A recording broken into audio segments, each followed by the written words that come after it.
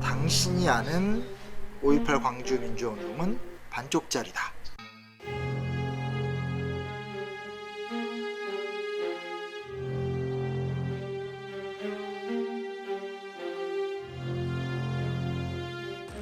기본적인 거 있잖아요. 그러니까 몇 분이 돌아가셨을까? 현재 공식적으로는 165명이다, 뭐 160 몇 명이다 이렇게 돼 있는데 전두환이 알려준 숫자다. 이렇게까지 표현하시는 분도 계시더라고요. 그러니까 그 숫자가 1980년 5월 30일 그때 이제 계엄사 1차 발표 때 나왔던 민간인 사망자 숫자가 144명이었고 의문을 제기하면 유언비어 유포죄로 검거가 됐어요. 권호영 15살 먹었지.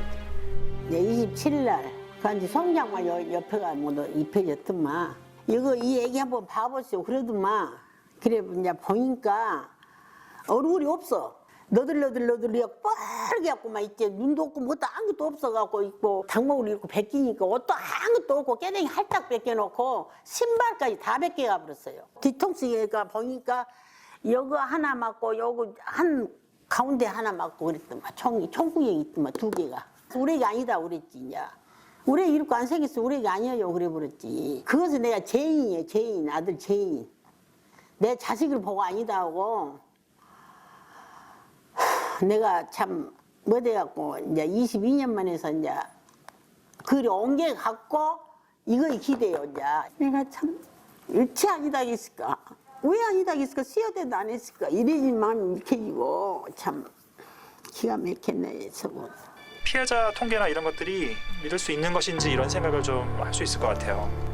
이게 1985년에 국방부가 작성한 전두환 정권의 국방부잖아요. 여기서 작성한 보고서인데 총상에 의한 사망자가 현황이 M16 29명, LMG 기관총 47명. 이 LMG 이게 보고를 할 때는 기타 이렇게 돼 있다고 그러더라고요. 그러니까 은폐하기 위해서 이렇게 보고한 게 아니냐. 그리고 이 문서도 85년 문서인데 이건 안기부가 만든 건데요. 사망자가 164명이라고 돼 있는데 뒤에 부상자 명단을 보면 부상 부위에 사망 이렇게 써 있는 사람들이 있거든요. 이거는 광주 항쟁 기간 즉 5월 18일부터 27일 사이에 총을 맞았다든지 뭐 이런 부상을 입은 그렇지만 27일 이후에 결국 사망한 이런 명단으로 추정돼요. 광주분들은 27일 이후에 사망한 사람들이 뭐 600명이다 700명이다 아무튼 뭐 훨씬 많았다는 건데 당시 전두환 정권은 딱 27일까지 사망한 사람들만 사망자 명단에 넣었거든요. 이 명단을 보면은 85년도에 안기부는 이걸 이미 알았다고 추정이 되잖아요. 사망자 숫자가 훨씬 많았다는 걸. 안매장 부분에 대해서도 목격자들이 있었다는 증언이 나오기 때문에 이 공수부대나 계엄군이 이 시신을 안매장하기 전에 다 얼굴을 깨끗이 이렇게 씻고 사진 촬영하고 고유 번호까지 매겼다라고 하는 여러 목격자들의 증언이 있었다라는 거예요. 이런 것들이 좀 전반적으로 심각한 문제를 좀 갖고 있는 것 같아요. 행불자 묘역에 가면 누구누구령이라고 되어 있습니다. 그 묘비 아래는 시신이 없는 거죠. 그 다음에 무명열사의 묘가 또 5개가 있습니다. 거기는 시신은 있는데 묘비명에 사람 이름이 없어요. 이제까지 국가기관이 한 9차례 조사를 했어요. 5.18에 대해서. 가장 광범위한 조사를 했던 게 검찰의 조사인데 검찰은 조사권이 있었고 기소권이 있었고 수사권이 있었기 때문에 제가 봤을 때는 무소불위의 권력을 갖고 있었죠. 이 권한을 최대한 활용을 했다라면 지금보다는 좀 5.18의 실체적 진실에 좀 더 다가가지 않았을까라는 아쉬움이 있죠. 한계도 존재하지만 저는 성과도 있다고 보거든요. 그래서 이게 이제 신군부의 영향력이 여전히 살아 있었고 파열음을 내는 데는 일정한 한계가 있었다.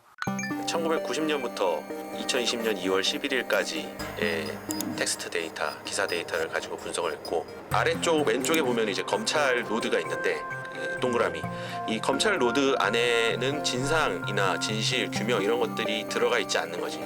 진상이나 규명 이런 것들이 나오는 거는 결국 피해자라는 단어, 계엄군 이런 단어들과 같이 연결이 되거든. 이것으로 미로 짐작하는 거는 진상 규명 이런 노력들은 사실 피해자가 얘기하거나 아니면 피해자들 그룹이 이야기를 하거나 이걸 검찰과 관련해서 나타나지는 않았다는 재판 이런 쪽에 좀 초점이 맞춰 있었다라고 보여지네. 95년 1차 수사 결과 보고서 요거 이 많은 양 중에 진짜 피해자 조사 부분 이거는 뭐 없더라고요. 결국 그냥 80년 그날에 가해자가 얘기했던 그 통계자료 그대로 반복하고 있는 정도인 거죠. 단순 조사나 질의 청문이 아니라 말 그대로 수사인데 사람을 그렇게 엄청나게 죽이고 이런 것들은 특히 아무 연고도 없는 민간인을 잡아다가 자기들 보복 분풀이로 그렇게 학살을 해버리고 있는 것은 6.25 전쟁 때도 그런 사람들은 잡아다가 다 처벌을 했지 않습니까? 근데 5.18 때는 그런 부분에 대해서 단 한 사람이라도 처벌을 받았냐고 말이죠. 국가가 당한 권리 침해, 국회, 행정부, 사법부 이런 부분이 권능 행사를 못하게 군대를 동원해서 특정 세력들이 월권을 해버렸다. 이 부분에 대해서만 처벌을 한 겁니다. 국민이 입은 피해에 대해서는 노타치를 해버렸다는 겁니다. 단 한 건도 처벌을 하지를 않았다는 것이죠.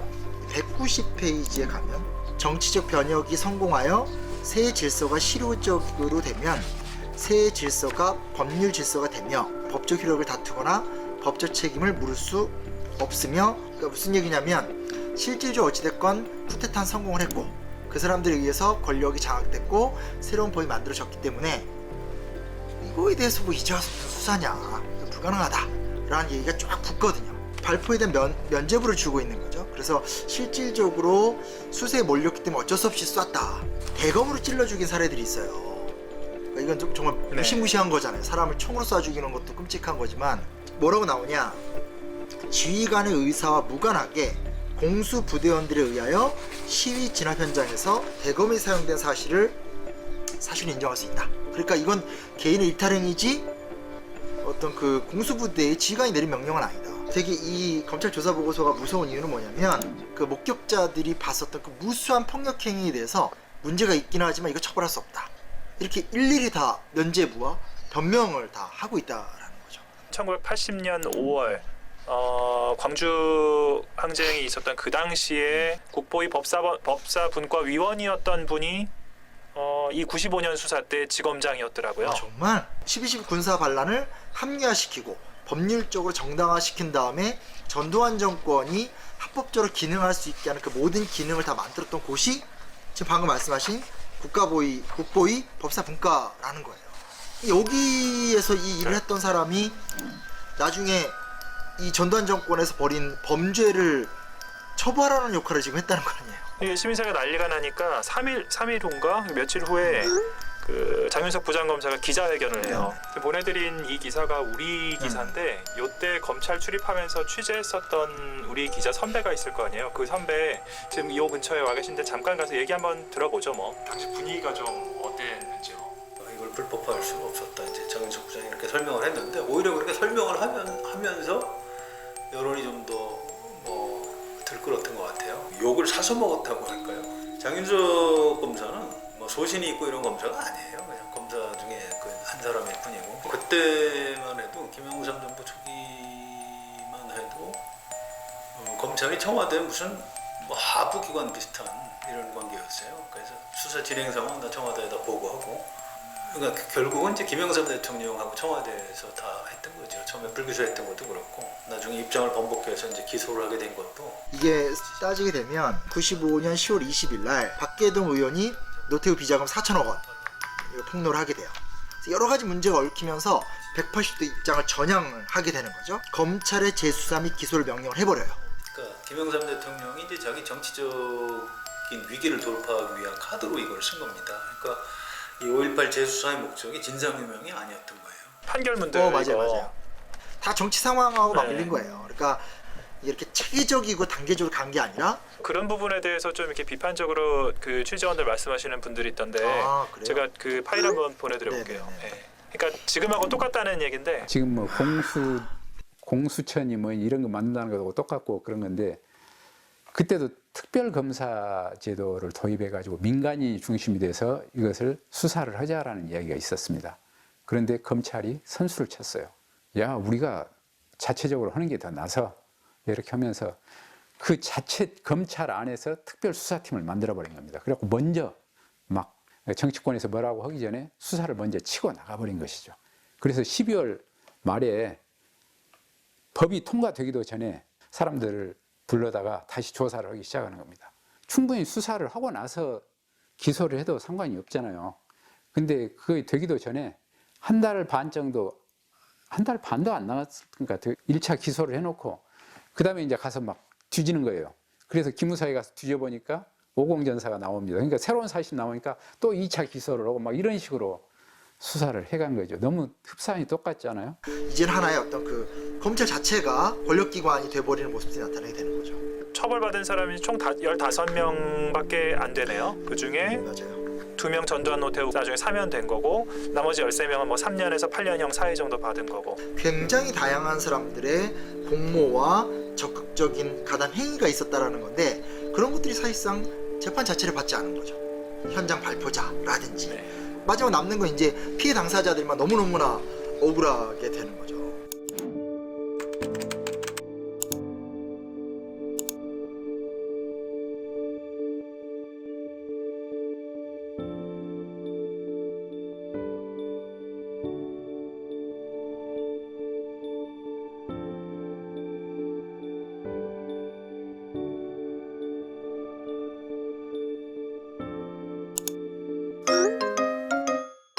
그럼 현재 국회의원이에요? 아니요, 지금 국회의원 아니고 3선 내리한 다음에 그 다음에 이제 공천에서 좀 밀려가지고. 피해자들 입장에서는 정말 이런 얘기 들으면 너무너무 가슴 아플 것 같아요.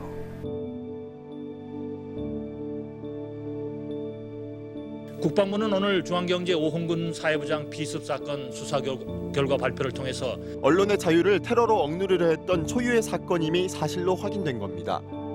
발단은 중앙경제 오홍근 사회부장이 쓴 청산해야 할 군사 문화라는 제목의 칼럼이었습니다. 출근길에 괴한에게 왼쪽 허벅지 등을 흉기에 찔렸습니다. 수사 결과 구화 군인들이 치밀하게 계획해 저지른 테러로 드러났습니다. 충격 속의 군은 민주군대로 새롭게 태어나겠다고 고개를 숙였습니다.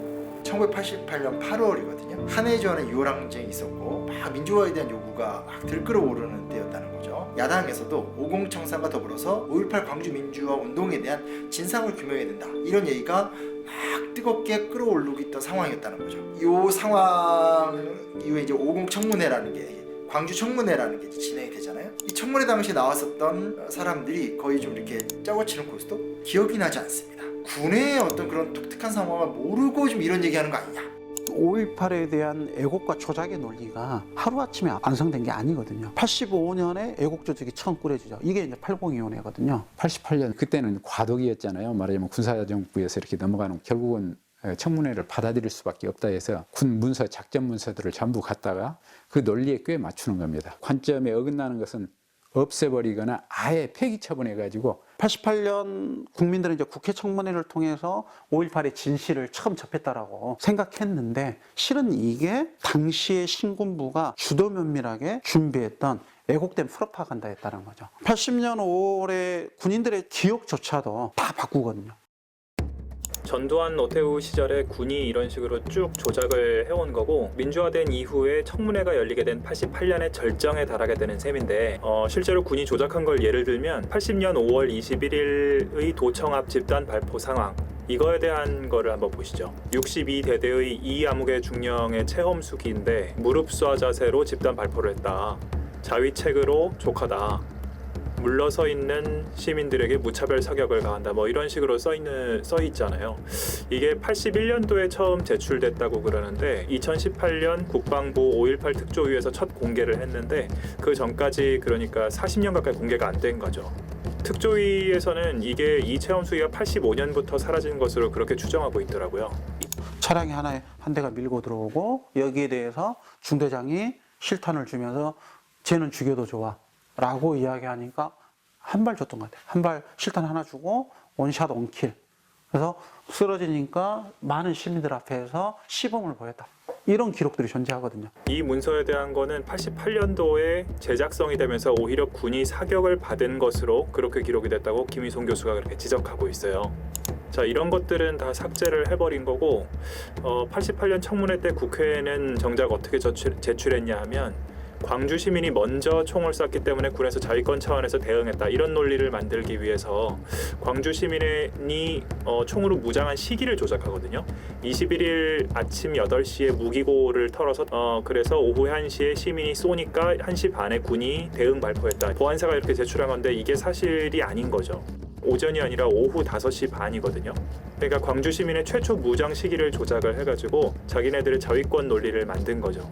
국방부 5.18 특조위에서 이런 조작 과정을 일부 밝혀냈는데 한번 보세요. 지금 얘기한 이런 군인들의 체험 수기들에 대해서 이제 써놓은 걸 보면 첨삭을 해놨는데 과잉 진압 문제 제기 가능, 제출 대상에서 제외 뭐 이런 식으로 검열을 했는데 과잉 진압의 근거가 됨, 본인에게 통보해서 제작성, 뭐 대량살상, 학살 뭐 이런 단어들도 보이고요.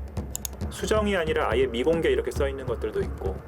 그리고 이거는 지금 우리가 얘기하고 있는 이 21일 집단 발포 이거의 바로 전날, 그러니까 20일 밤에 있었던 광주 최초의 발포 사건 이거에 대한 체험 수기인데 중대장과 지역대장에게 M16 30발씩 주고 사용은 여단장 통제 이렇게 써 있는 거를 발포 명령권자와 관련되는 부분 이렇게 써 있죠. 본인에게 통보해서 수정 이렇게 돼 있잖아요. 상황을 조작하고 인위적으로 만들고 이런 건 좀 알고 있었거든요. 그중에 대표적인 게 북괴 남침살. 지금도 얘기 되게 많이 하잖아요, 그렇죠? 북의 사주에 의해서 5.18 광주 민주항쟁이 만들어졌다라는 얘기는 군부가 만들어낸 얘기거든요. 서울역에서 체포됐던 난파간첩 이창용이라는 사람이 있어요. 전혀 엉뚱한 사람인데 이 사람을 체포한 다음에 광주 민주노하고 연계시켜서 조작 발표를 막 하기도 해요. 근데 이런 게 하나를 한 게 아니라 몇 개를 하면서 이 광주 5.18은 북한과 연계된 불순분자의 선동이다 이런 식으로 상황을 유도했던 거 분명히 있거든요. 그런 상태에서 2년 지난 다음에 82년도에 50전사를 만들면서 80년 5월 광주와 관련된 자료들을 이 사람들이 싹 모아서 수집을 했다는 거죠. 그러면서 자기들한테 필요한 방향으로 왜곡하고 은폐하고 이렇게 했고 5.11위원회는 88년 5월이면 노태우 대통령이 진상규명이나 책임자 처벌을 하지 말자. 이건 너무나 심각한 사회적 혼란을 일으키니까 그건 하지 않고 피해자들에게 보상을 좀 해주겠다. 묻지도 따지지도 말고 이 돈만 받고 끝내자. 이런 거 시도하던 시점이거든요. 스스로도 이걸로 안 될 수도 있으니까 대비하자. 뭐 이랬다는 거 아니에요, 그렇죠? 이 육군대책위 위원장은 이진삼이라는 사람이고요. 그다음에 실무 책임자는 천용택 민심부장. 잠깐만. 많이 들어본 이름 아니에요? 아니 제가 알고 있는 천용택은 DJ 김대중 정부 시절의 국방부 장관. 네네 맞아요. 맞죠. 그분이에요. 그리고 이 체험 수기 조작을 위해서 그러니까 천용택 밑에서 이 일을 한 88년 당시 군사연구실장은 조성태.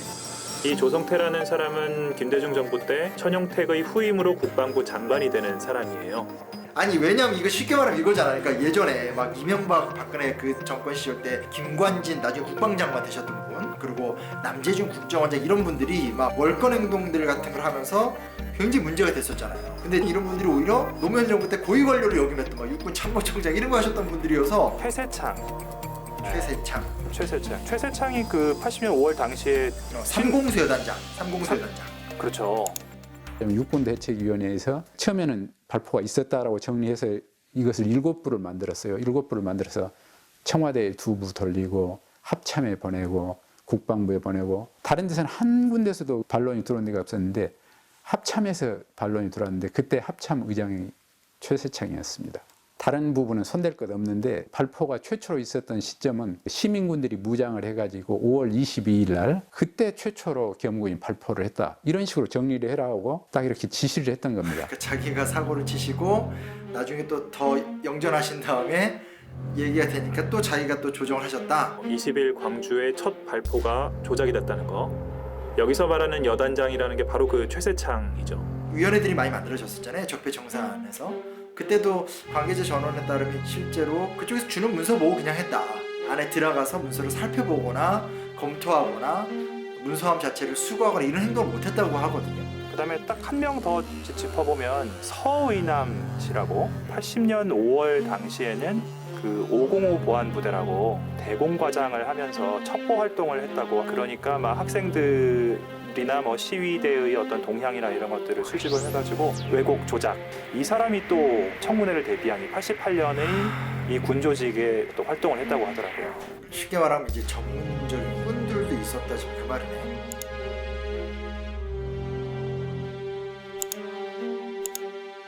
이때 생긴 부서가 보안사 3처 5과, 그리고 그 담당은 서인함 과장으로 서 씨는 부서가 폐지될 때까지 갖은 고문 기술을 가르친 것으로 유명합니다.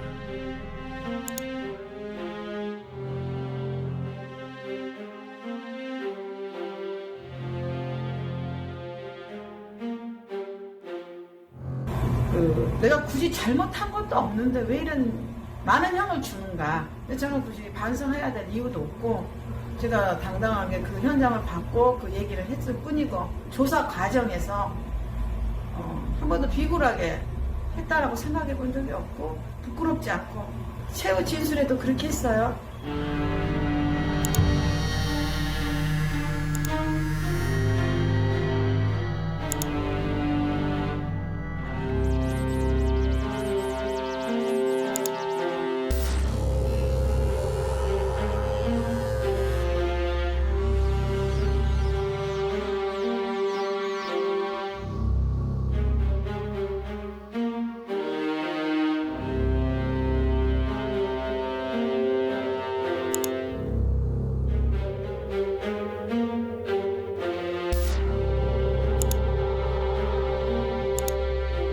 아주 자의적으로 문서를 소각시키고 관료기관에서 어쩔 수 없이 보유하고 있는 것들은 특별한 수사나 조사에 의해서 일부가 파헤쳐지지 않는 이상 적분 자체 불가능하고 지금 이런 상황이 되거든요. 그러니까 그런 게 다 막혀 있으니까 사실은 이런 행동을 버젓이 지금 하고 있다고밖에 볼 수 없는 거죠. 5.18 연구자분들이 계속해서 뭐 살펴보고 계시기 때문에 그분들이 앞으로 뭔가를 더 이렇게 하실 수는 있을 것 같긴 한데 폐기해버리고 이러니까 굉장히 힘들어 하더라고요. 보안사령부의 이제 내부 문서를 저희가 2017년에 다시 기무사로부터 제출을 받아서 확인을 해보니까 96년 이 시기에 일괄 폐기했다. 폐기 방식도 구체적으로 보안사령부에 있던 5.18 관련 종이 자료는 대한펄프로 가가지고 대한펄프에서 용해. 왜냐면 이 문서가 이제 밖으로 나가는 거 뭐 소각하더라도 일부가 남을 수 있다. 이런 걱정을 했기 때문에 제주 용지로 만들어버린 거죠. 그 과정을 직접 이제 가서 확인했고 일부의 정말 극비 자료는 소각장에 있었대요. 거기 소각장에서 직접 누구누구 입회하에 소각했다. 이런 내부 기록을 저희가 이제 확인하면서 어찌됐든 이들은 은폐하거나 폐기하거나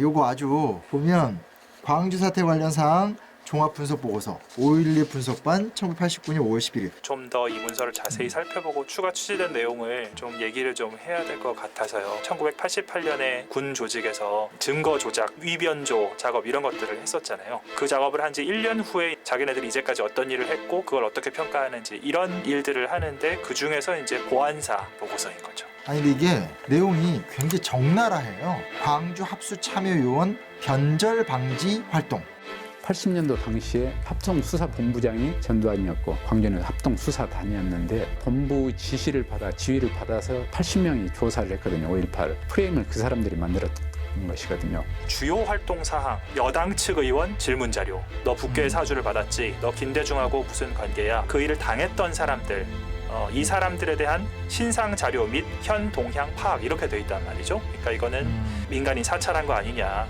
이런 의심을 해볼 수 있는 대목인 거고 뼈저리게 느꼈던 게 뭐냐면 이거 짰다. 짜지 않고서 어떻게 이렇게 일관적이고 체계적으로 움직이지? 관계기관 협조 체제 유지라고 하는데 민정당 광주 특위, 안기부 광주 TF, 민정당 협조회의 참석, 청문회 운영 대책 토의 및 합수 관계 자료 지원, 네. 공동 대응책을 토의까지 했구나. 더 무서운 게 뭐냐면 향후 역사적 재평가에 대비.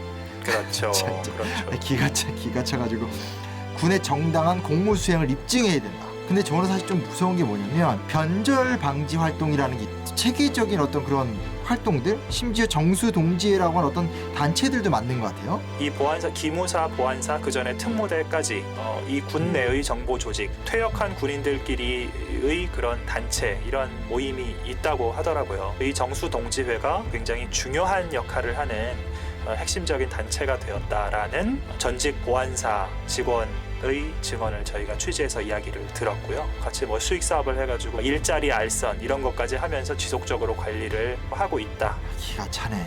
야. 이 정수동지회의 변절 방지 활동의 일환으로 전직 요원들을 가지고 사찰까지 한 것으로, 이런 이 정수동지회의 회장으로까지 추대된 사람이 서의남. 네. 이 사람이 이학봉이라고 하는 사람이 신군부에 있어서 굉장히 중요한 역할이잖아요. 전두환의 굉장한 측근이었고, 이 맞아요, 이학봉 맞아요. 라인이다. 80년 5월 광주항쟁 끝난 다음에 대통령 표창까지 받고 그 이후에도 굉장히 중요한 역할을 많이 하는데, 녹화 사업도 이분이 굉장히 주도적인 역할을 했다고 하더라고요. 아 진짜 서인남이라는 사람이? 예. 이게 쉽게 말하면 녹화 사업이 뭐냐면 대학생 운동권들을 강제로 군대에 전입시킨 다음에 너 끈앞풀이 되라 라고 해서 막 압력을 넣어가지고 대학생 동료들 사이에 껴들어가서 정보를 빼와서 물어다주는, 그래서 이제 가책을 느끼고 막 자살하는 사람도 생기고, 그것도 이 서인남이라는 사람이 주도했다는 거 아니에요.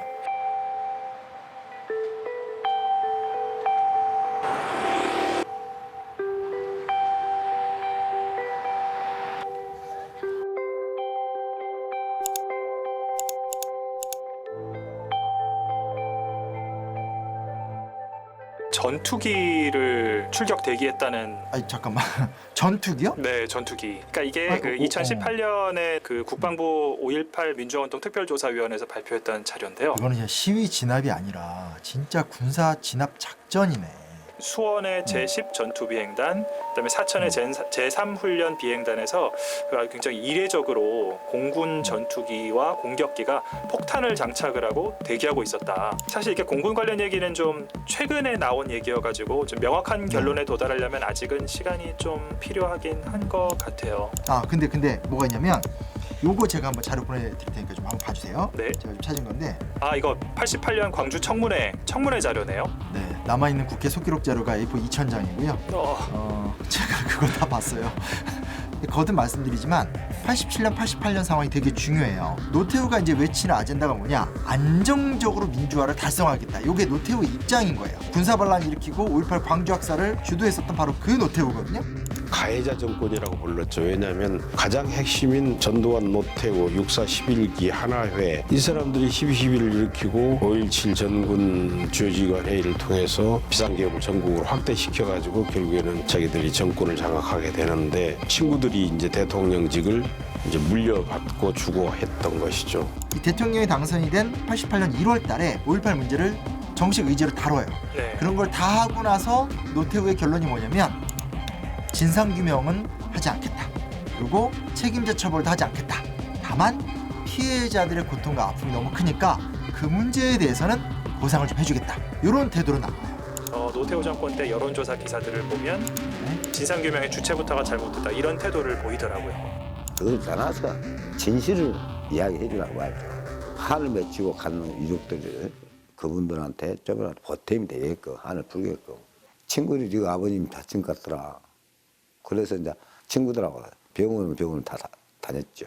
근데 못 찾고 도청 안에 거기서 시신을 찾았죠. 제가 갈 때 한 38개인가 있었어요. 시신이. 구타로 해버렸어요. 구타.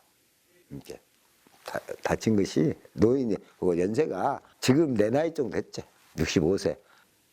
근데 그것이 크게 어떤 것은 안 나타나고,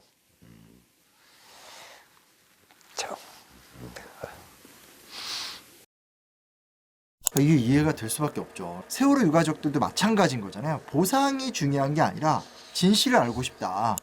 사랑한 사람은 포기 되는 거 아닙니까? 내 재산이 아무리 멈춰있습니까?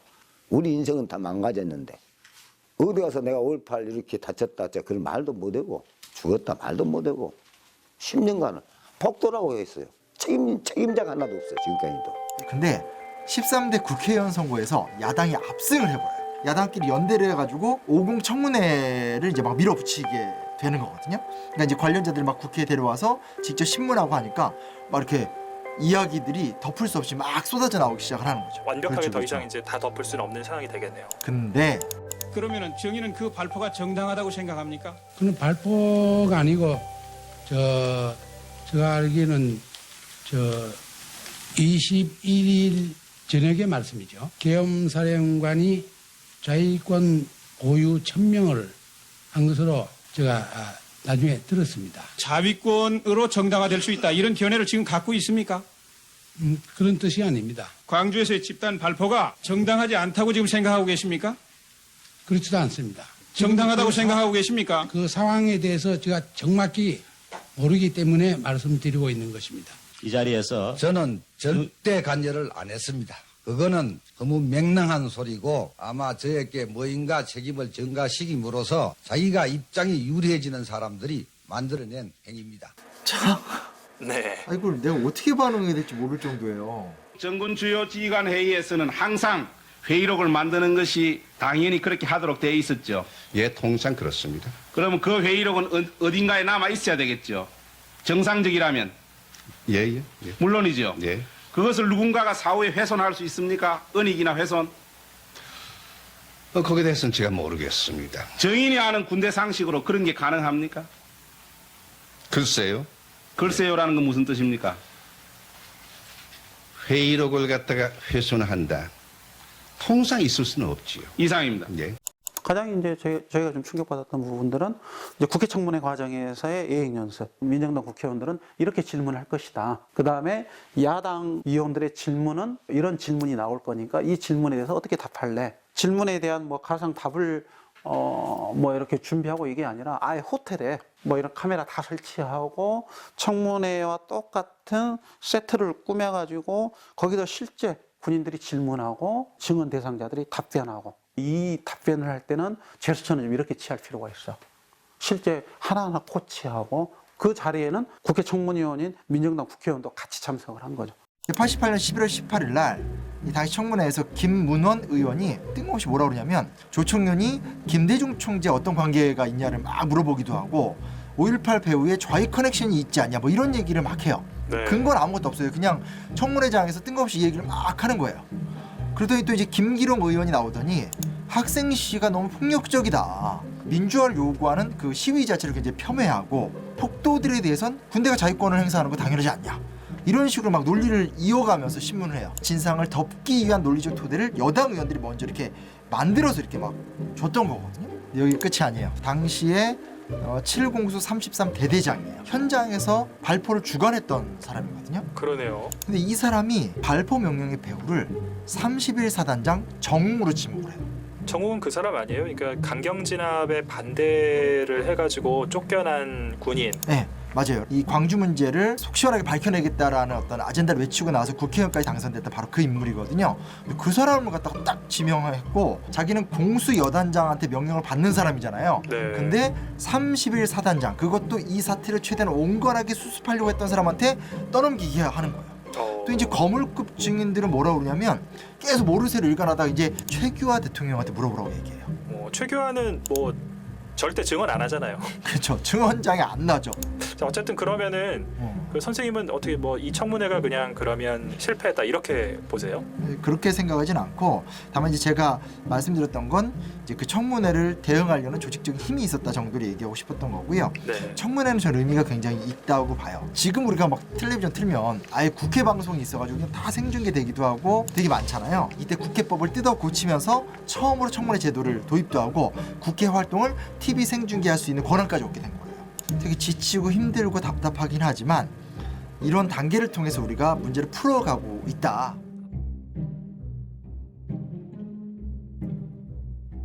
이 정도로의 대규모 학살극이 있으려면 아무래도 그 전에 좀 체계적인 준비가 있었어야 되지 않나 싶어가지고요. 5월 8일, 10일 전이죠. 긴급 개헌위원회에서 이제 회의가 열리게 되는데 중앙정부부 쪽에서 학원 대책 방향이라는 문건을 제출해요. 핵심 내용이 뭐냐면 대학생들이 정부를 전복하려고 한다. 그래서 국가안보 및 치안적 차원에서 강력히 대처해야 된다라고 주장을 하는데 당일날 바로 당시 문교부 장관이었었던 김옥길이 담화를 발표합니다. 그리고 5월 10일 전국의 총학장회의에서 교회 교내 시위를 강력하게 단속하겠다고 하는 이제 결의가 또 이루어지기도 하고요. 육군본부 작전참모부도 비슷한 일을 했던 것 같아요. 학생 시위 대처 방안이라는 건데 우선 5월 10일 전까지 군 투입을 준비하고 13일까지 학교별로 자진 휴업, 시위 주동자들을 부모에게 알리고 15일까지는 전 학교 휴교, 또 배후자 색출, 그리고 5월 17일에는 계엄군 투입. 그러니까 비슷한 내용인 것 같아요. 많은 분들이 이런 게 있어요. 왜 광주에서만 그렇게 많은 사람이 죽었지? 혹은 군부대를 광주에만 보낸 거야? 그쪽이 너무 극렬해서 이렇게 얘기하시는 경우가 있는데 이게 전혀 아니라는 거예요. 군부대를 전국에다가 다 파견했다라는 거잖아요. 5월 18일 새벽 2시 반경에 전국 92개 주요 대학과 136개의 주요 안보 목표에 계엄군 2만 5천 명을 배치해요. 그러니까 사실 이게 어디에서든지 작은 촉발 사태가 일어나는 그 순간 그쪽이 이제 쉽게 말하면 피해 참극이 벌어질 수밖에 없었다. 이게 좀 살벌하지 않아요? 전국 학생회, 소위 대학생 운동권들이 5월 13일부터 15일까지 이렇게 막 가두 시위를 하다가 결국 5월 15일에 회의를 해가지고 다시 학교로 돌아가기로 이렇게 된 거였잖아요. 그랬는데 그쵸. 전남 지역, 특히 광주, 뭐 전남대학교 이런 곳에서는 16일에도 나오고 17일에도 나오고 18일에도 나오니까 결국엔 광주에서 문제가 터진 것이지 다른 곳에서도 시위를 계속했다면 서울역 회고를 그쵸. 하지 않았다면은 뭐 충분히 똑같은 일이 어디서든지 있을 수 있는. 그렇죠. 그리고 요거 한번 보시겠어요? 이게 오전 9시 40분이 되면 전남대 학생들이 학교에 진주한 이 7공수 이 부대와 충돌을 하잖아요. 반대되는 역행하는 사태가 벌어질 경우 오전 10시에 전남대 정문 앞, 12시에 도청 앞에서 항쟁을 한다라는 것을 약속을 했었습니다. 그 약속을 믿고 온 학생들이 정문 앞으로 모여들었고요. 또 하나는 사실 공부하는 학생들이었습니다. 고시 공부를 하거나 이런 학생들. 그 학생들 군인들이 못 들어가게 막았죠. 들어가려는 그 교수님을 군인들이 때리기도 했었습니다. 그러니까 학생들이 그걸 계속 보면서 이제 울분이 쌓일 거 아니에요. 200명이 넘어가니까 이제 시위를 거기서부터 이제 연좌 시위를 시작했죠. 근데 계엄군이 그걸 아주 무자비하게 두들겨 패서 피를 질질 흘리게 만들었어요. 이제 이 학생들이 그대로 시내로 진출했죠. 그러니까 5월 18일 아침 정문 앞에서 시위, 그리고 시내로 가두 진출한 것이 이제 도화선을 터뜨린 거죠, 사실.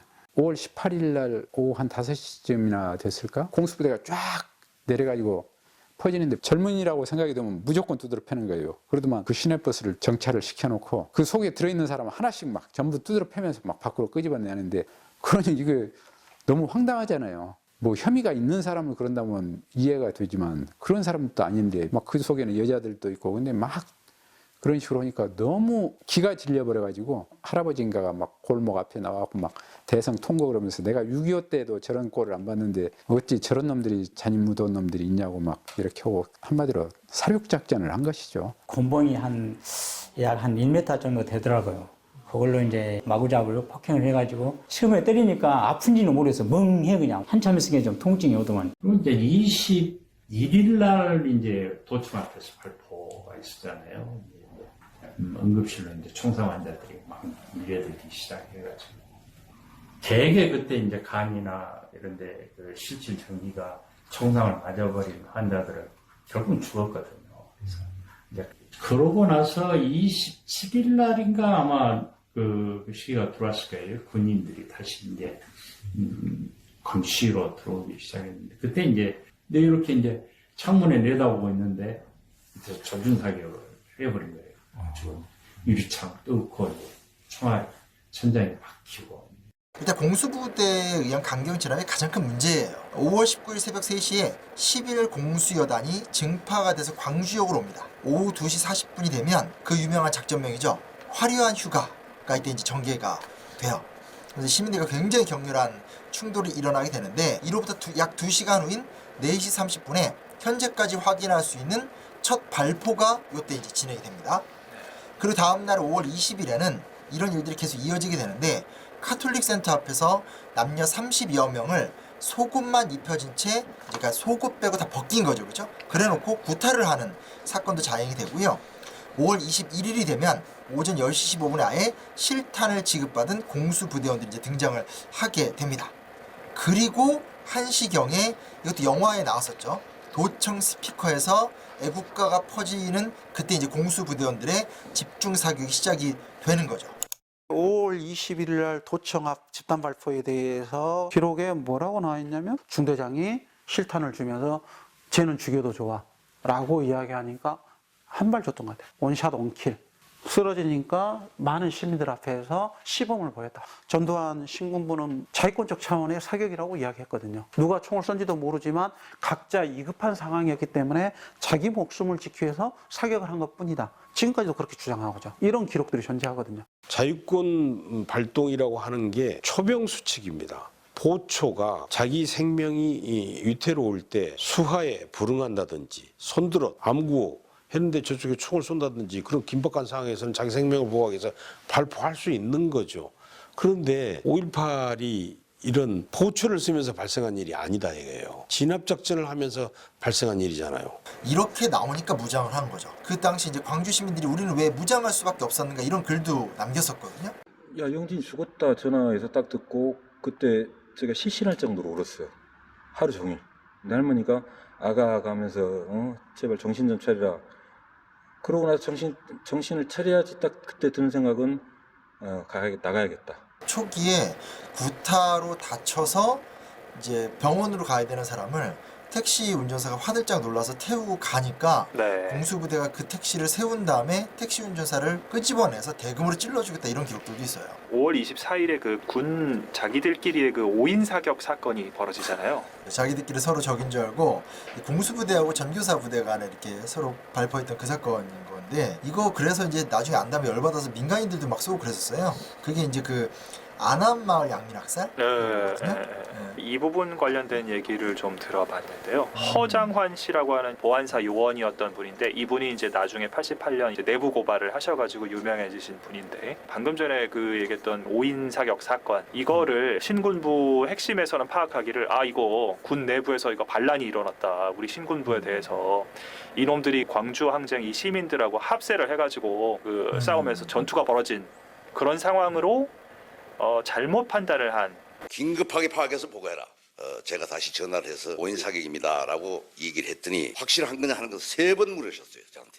그러면서 하시는 말씀이 네가 광주 살렸다. 그러면서 전화를 꺼내시면서 비행단에 연락해서 출격 취소시켜 옆에 분한테 얘기를 하는 걸 제가 유니트상으로 분명히 들었습니다.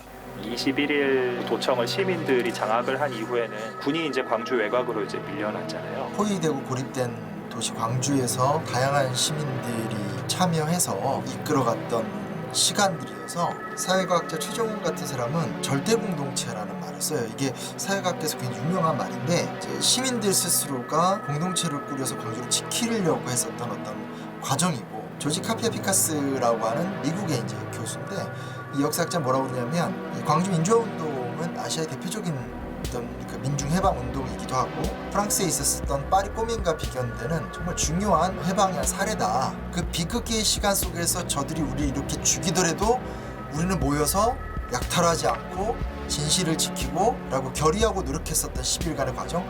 물론 갈등과 다툼이 있었지만 시민 공동체의 탄생의 순간이기도 했다. 그런 의미를 갖고 있다라고도 학자들이 좀 많이 얘기를 하고 있고 저도 굉장히 공감하는 바입니다. 생각해봐서 옳지 않은 일을 안 하는 거예요. 시민분들이 또 제가 음료수나 담배나 이런 걸 들고 와서 갔을 때는 차에 실리고 이렇게 폭압 속에서 상식과 원칙을 지키려고 했었던 광주 시민들에 비해서 신군부가 타협할 의지가 전혀 없었다라는 거예요. 소통하는 척은 했죠. 그래 한번 협상해보자. 몇 가지 제스처를 취하면서 실제로 했던 건 뭐냐.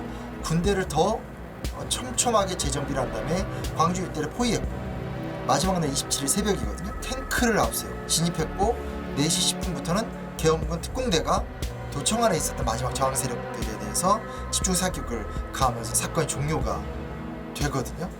그때 당시 상황실장이었던 박남선 씨라고 있어요. 대치하고 있는 방해를 느닷없이 들어와가지고 너희들이 마지막인 것 같다. 너희들이라도 살아서 마지막 최후 진술을 해다오. 그러면서 우리 총을 뺏어갖고 복도에다 다 던져버려요. 복도에다 던지자마자 바로 계엄군이 들어왔어요. 지금 옛날로 말하면 삐삐선 있죠. 군 전선. 그걸로 묶여갖고 우리는 가슴으로 내려왔어요. 뒤로라고 포복해갖고. 이제 내려오는 과정에 이제 저도 한 10일간은 몰랐었는데 상처가 썩어갈 때서 그때서 알았어요. 대금 맞은 게. 이쪽 엉덩이 이쪽에다 갖다 찔려가지고 그 공포감 때문에 그 고통도 차마 못 느꼈던 그런 한 10일 정도 한 고통도 못 느낄 정도예요. 그 정도 공포스러웠었으니까.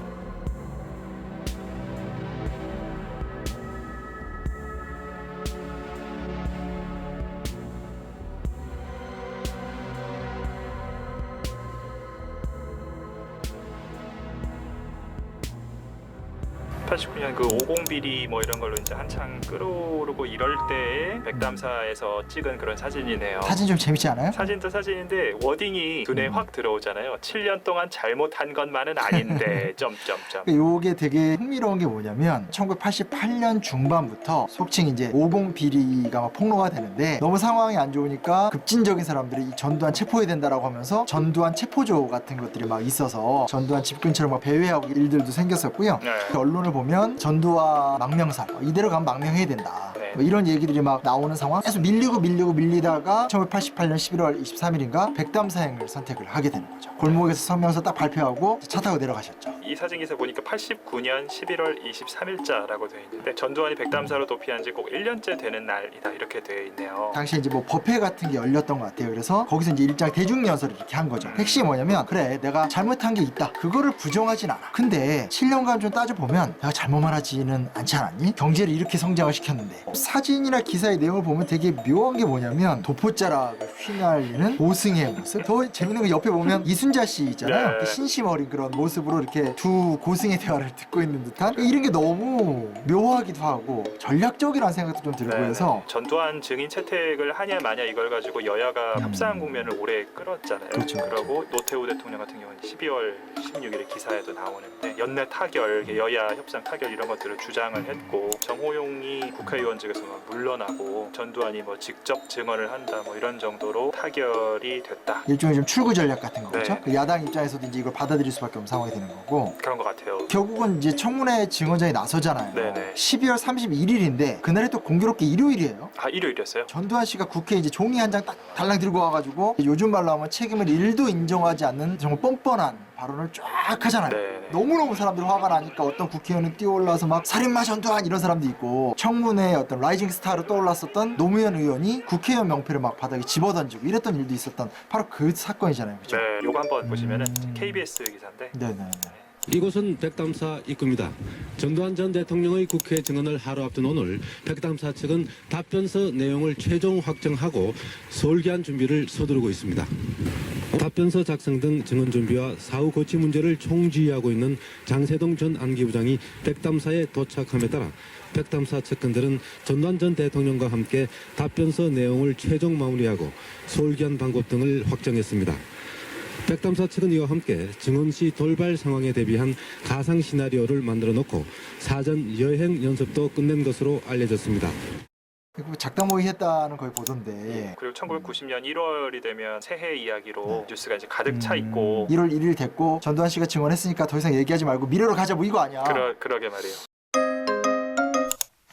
여보세요? 네, 안녕하세요. 한화회를 좀 알아봤는데 그 전두환 하면 역시 한화회잖아요. 좀 궁금한 게 있는데 전두환이 어떻게 회장이 된 건지. 하나 분명한 게 5.16 군사 쿠데타가 일어났었을 때 육사 생도들이 5.16 군사혁명 지지 행진이라는 걸 해요. 그 행진을 지휘하고 뒤에서 육사 생도들을 이렇게 끄집어내는 역할을 했었던 것이 이제 전두환이라고 하거든요. 그러면서 굉장히 좀 그 하급 장교 중에 일찍 박정희 대통령의 눈에 띄었다. 그러니까 그런 것들이 좀 작용하지 않았을까라는 뭐 그런 추적을 해볼 수 있을 것 같아요. 근데 이제 실제로 당시에 강형훈 육군사관학교 교장은 이거는 이제 나란 일이니까 우리는 중립을 지켜야 되기 때문에 육사 생도들을 신경 쓰지 마세요. 이런 식으로 이제 막아왔던 상태였었는데 육사 교장을 밀어내고 일개 육군 하급 장교들이 육사 생도들을 끌어내서 그런 행동을 보였으니까 박정희 대통령 입장에서는 그만큼 도움을 받은 거고 이놈 봐라 이런 생각을 했겠죠. 무시할 수 없는 존재를 딱 눈에 띄는 순간이었겠죠. 그리고 1972년이 되면 육사 24기까지 무려 네네. 150명 정도가 가입한 150명이면 엄청난 숫자 아니에요? 그렇죠. 1973년 그때는 육사 11기 한화회에서 무려 4명이 장성으로 진급을 하는. 저는 이제 눈에 들어오는 게 뭐냐면 72년, 73년이 전 눈에 들어와요. 72년 10월달에 유신헌법이 통과가 되고 그게 정착되는 해가 73년이거든요. 유신체제가 성립하는 기간에 하나의 멤버들이 이렇게 잘 됐다는 얘기는 저 조직은 박정희가 키웠군. 혹은 이제 저 조직에 의해서 박정희 체제가 또 이렇게 군대 내 충성을 받는군. 약간 좀 이런 식으로 추론할 수밖에 없을 것 같은데. 윤필용 장군 쿠데타 음모 사건 당시에 대규모 숙청 작업이 있었는데 한화회 회원들은 살아남게 되면서 위상이 좀 높아졌다고 하더라고요. 아, 다른 사람들은 막 숙청당하는데. 네. 근데 이게 일리가 있다고 생각하는 게 뭐냐면 1979년 11.6 사태를 통해서 수많은 군사 지휘관과 하벌들이 있었을 텐데 그 중에서 전두환 노태우 일당이 독자적인 행보를 보이면서 단숨에 권력을 움켜쥐잖아요. 그렇죠? 이런 걸 생각해 보면 어느 시점에 하나회가 독보적으로 성장했구나, 적어도 가장 강력한 파벌로서의 영향력이 있었구나 같은 것들에 대해서는 합리적 추론이라는 생각이 좀 들어요. 보안사령관이던 전두환이 김재규를 체포했잖아요. 12.12 군사반란 일으키면서 정승화 계엄사령관을 체포해가지고 권력을 잡은 거고요. 그렇죠. 의미가 있는 게 뭐냐면 당시에 김재규는 중앙정보부장이었고 전두환은 보안사령관이었잖아요. 보안사의 지도자가 중앙정보부를 무력화시키는 게 1단계였고, 김재규 사건을 수사하면서 합동수사본부장 자리에 올랐는데 합동수사본부장이 당시 전체 계엄 총사령관이었던 정승화를 쳤다는 얘기는 합동수사본부장이 계엄사령관을 이겼다는 얘기가 되는 거잖아요. 그렇죠? 그리고 거기서 더 나아가서 중앙정보부장까지 겸직을 하니까 사실상 이제 모든 권한이 손아귀에 들어오는 거죠. 이 기간이 정말 무시무시한 권력 투쟁에서 전두환이 승리해 나가는 기간으로 우리가 좀 살펴볼 수 있는 것 같고요. 당시에는 두 정보기관 경쟁이 정말 살벌했던 것 같아요. 경쟁이 심해서 유신체제 때는 박정희 대통령이 대통령 훈령을 발령해서 중앙정보부 위상을 높여주기까지 했다고. 권력을 이렇게 조정해 준 거구나. 그렇죠. 근데 12.6 사태 통해서 중정이 몰락을 한 거죠. 보안사 요원들이 중정 간부 전원을 서빙거 분실 거기로 연행해서 굴욕을 줬다고 하더라고요. 맞아요.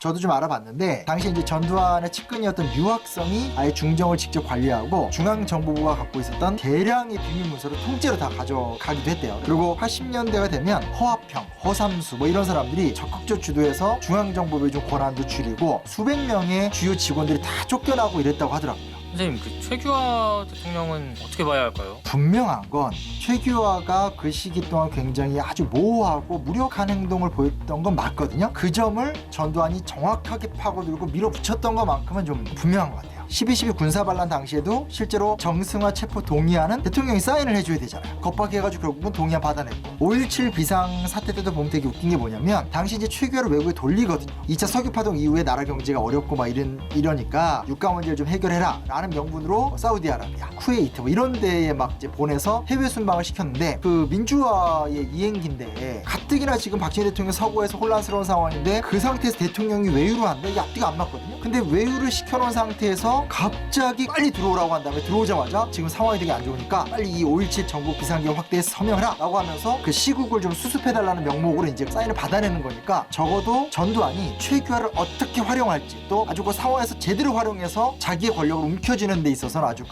이용했다는 거에 대해서만큼 좀 분명한 거죠. 전두환은 끝까지 최규하를 우려먹는다고 해야 되나? 우려먹어요? 사골까지 뽑아먹는 그런 느낌이 드는데, 이 자료 한번 받아보시겠어요? 네네. 2016년 6월에 신동아를 통해서 전두환, 이순자 두 부부가 30년 만에 공개 인터뷰를 했는데, 그때 보면 이순자 씨가 5.18과 전두환은 무관하다라고 하면서 당시 최고 책임자는 최규하 대통령이고 광주 사태에 책임을 지고 1980년 8월 16일에 사퇴를 했다라고 얘기하거든요. 전두환 씨는 이걸 이렇게 얘기했을 것 같지는 않은데 뭐라고 그래요? 정확히 얘기해요. 사실 광주 사태하고 나하고는 아무 관계가 없다. 나는 원래 정치인이 아니고 군인이다. 군인으로서 그때 나라가 어렵고 대통령이 안 될 수가 없어서 한 건데 내가 대통령이 하고 싶어서 된 건 아니다. 대통령 하고 싶으면 뭐하러 군대 들어갔겠냐. 계획이 전혀 요만큼도 없었다. 그러니까 5.18 때도 밑에서는 위에서 썼다고 하고 위에서는 지시한 적이 없다 하고 지금 그런 거 아니에요, 그렇죠? 김도섭 PD 전화 왔다. 자, 제가 좀 요거 좀 이 방으로 한번 초대해 볼게요. 네네. 여보세요? 예, 안녕하십니까. 80년 5월 21일에 전남 도청 앞에서 집단 발포 사건이 벌어지잖아요. 네네.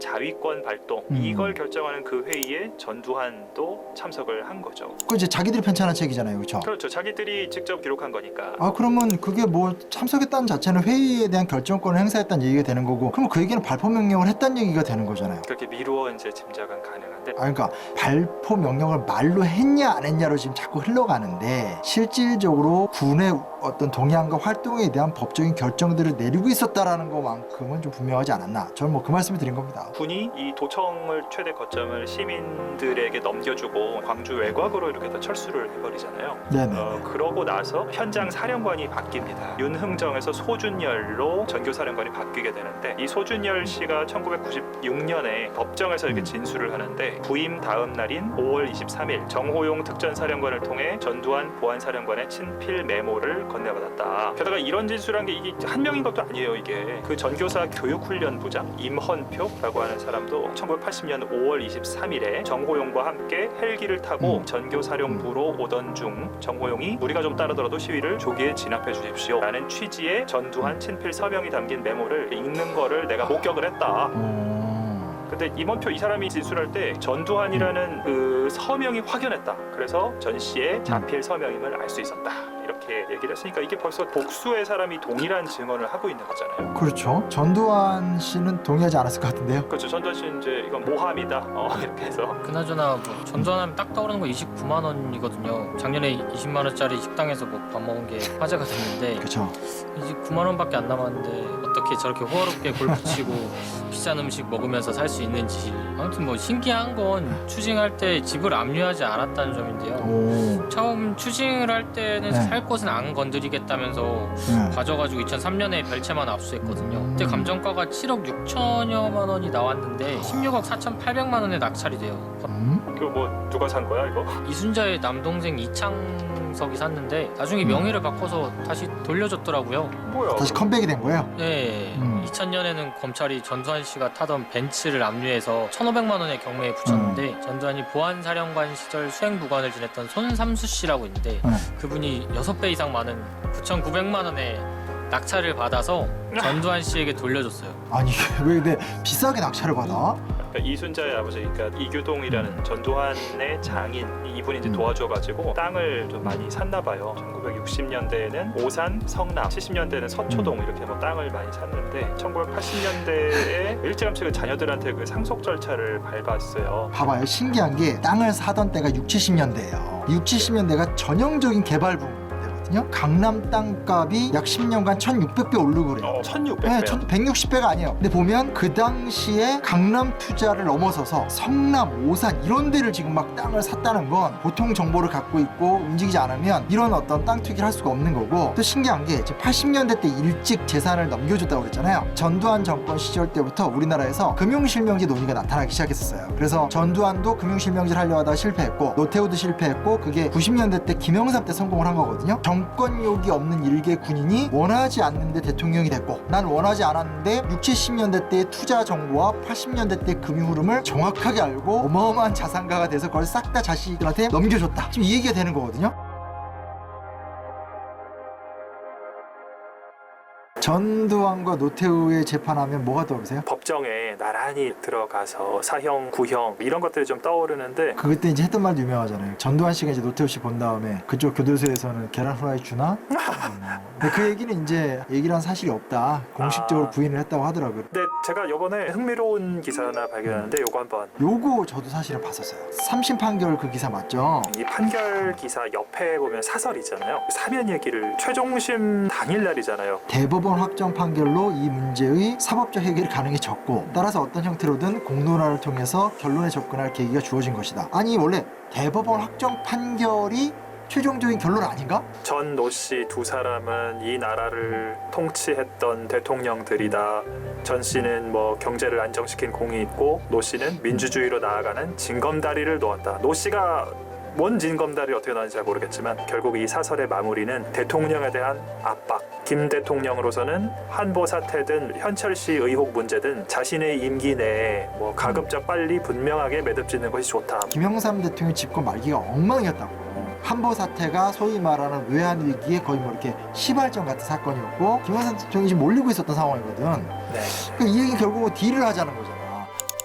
근데 이게 재판이 진행되는 과정에서도 법적인 논란이 꽤 있었던 것 같아요. 특히 이제 공소시효 문제가 굉장히 뜨거운 쟁점이 되었었는데 재판을 다시 하기에는 너무 오래전 일이다라는, 당시 이제 헌법재판소가 이 부분에 대해서 분명한 기준을 제시했는데 5.18 민주화운동 등에 관한 특별법 제2조는 헌법에 위반되지 아니한다.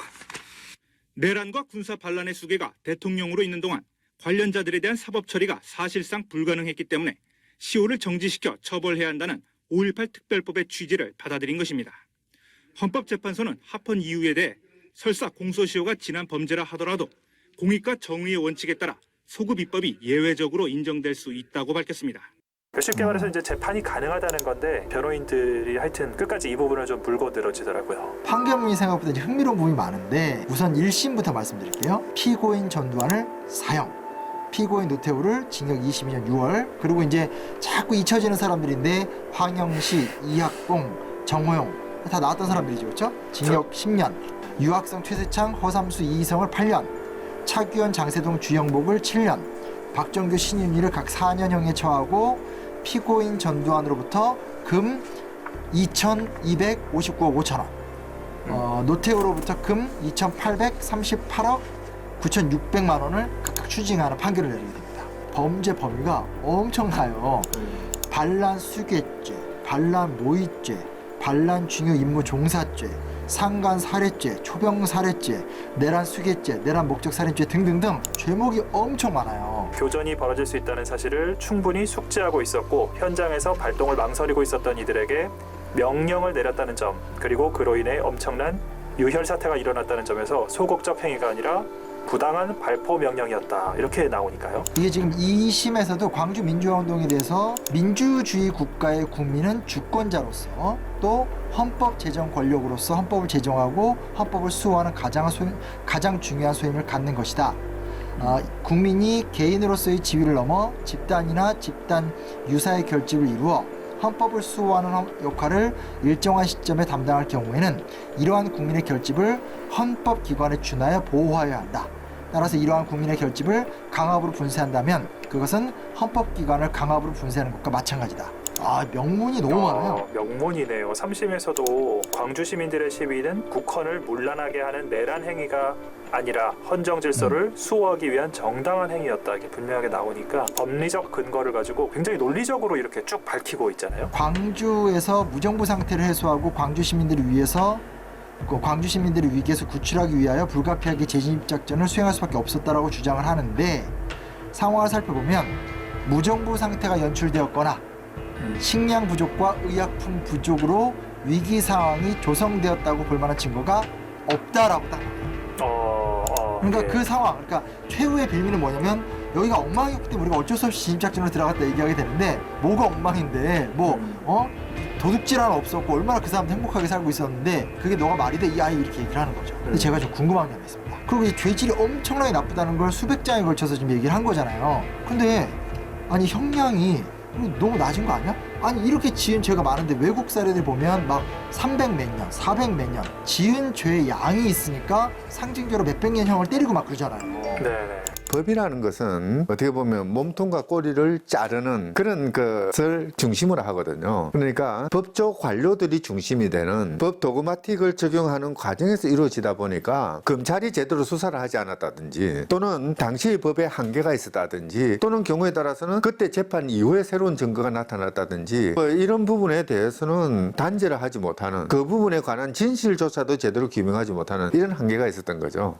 그리고 이 2심 판결문에 보면은 이른바 신군부 세력은 12.12 군사반란을 주도하고 5.17 내란을 통해 힘으로 정권을 탈취하고 많은 인명을 살상, 군사통치의 종식을 기대하는 국민들에게 큰 상처를 줬다, 이렇게 하고 있으면서도 뒤에 보면 그러나 1987년 6.29 선언을 통해서 평화적 정권 교체를 실천, 뒤늦게나마 국민의 뜻에 순종한 점 등을 참작해 형량을 낮춘다, 뭐 이렇게 써 있잖아요. 이거를 그 1세대 인권 변호사 한승원 변호사님 있잖아요. 이제 유명한 분이죠. 전 서울지방검찰청 검사 감사원장도 지내시고 이런 분인데, 이분이 1996년 12월 29일에 경향신문에 이렇게 칼럼을 쓰셨는데요. 그런 논법대로라면 태평양 전쟁의 종식과 그 후의 세계 평화는 일본 군국주의자들의 공로요, 4.19 이후의 민주화는 독재자 이승만 대통령의 공로로 돌려야 마땅하다. 그것은 그렇죠. 그것은 이만저만한 반논리가 아니다, 이렇게 명확하게 지적을 하고 계시거든요. 1심에서 노태우에 관해서 뭐라고 나오냐면, 국민들의 직접 선거에 의해서 대통령으로 당선되어 재임 기간 중 북방외교, 유엔 가입 등 상당한 업적을 남긴 점을 정상에 고려하기로 한다라는 말이에요. 이게 무슨 상황이냐고. 그래서 결론은 이제 사형이 아니라 22년 6개월? 그러니까 사실상 무기징역으로 감형하는 근거가 되는데, 법학자들의 무언가의 어떤 그런 심오한 원리가 있는 건가요? 뭐 기사에는 뭐 이런 기사는 있어요. 이 형량을 줄인 것은 뭐 이런 이유다, 뭐 이런 기사는 하나 있는데 한번 보여드려 보겠습니다. 형사소송법상 경합범 가중의 원칙에 따른 것인데, 말도 너무 어려워. 네, 그러니까 피고인에게 2가지 이상의 혐의가 인정될 경우 가장 중한 형량의 2분의 1까지 가중할 수 있기 때문에 노태우에게 적용된 여러 죄목 중에 최고형인 15년형을 선택한 뒤 여기에 가장 중한 형량의 2분의 1을 더해서 22년 6개월. 근데 이게 지금 더 충격적인 게 2심이 2심, 1심은 아무것도 아니에요. 자고로 항장은 불살이라 하였으니 공화를 위하여 감 1등하지 않을 수 없다. 이런 문장이 나와요. 이거 완전 삼국지 어투 아니냐? 관우를 체포한 손건이나 조조의 입장에서 아, 그래도 적장이지만 위대하지 않아. 약간 그런 마인드요. 그래서 그 다음 좀 웃긴 게 노태우 씨한테는 수창한 자와 추수한 자의 차이를 두지 않을 수 없으므로 피고인 전두환을 책임에서 다시 감 1등한다. 야, 수창한 자와 추수한 자 이 무슨 말이에요 이게? 1인자와 2인자의 차이라는 거지. 유재석과 박명수의 차이라는 거야. 네. 그래서 이걸 감 1등을 해. 그러면 그 다음 이 판결문 전체를 보면 다 감 1등이에요. 그러니까 판결이 다 떨어지면서 10년형은 5년형, 5년형은 2년형, 4년형, 1년형 뭐 이렇게 된다니까요. 오늘 항소심 재판부는 전노 두 피고인의 죄를 따지는 데 엄격했습니다. 그러나 뜻밖에도 양형에는 관대함을 보였습니다. 권력의 상실이 곧 죽음을 의미하는 정치 문화로부터 탈피하는 일은 쿠데타를 응징하는 것에 못지않게 필요하다는 이유 등을 들어 전두환 피고인의 형을 줄여주었습니다. 전 피고인을 감형한 만큼 노태우 피고인에 대한 형도 줄여야 한다고 판단했습니다. 오늘 항소심 선고는 실무적인 사법적 판단보다는 고도의 정치 논리를 바탕으로 하고 있다는 지적을 받고 있어 앞으로 적지 않은 파장이 예상됩니다.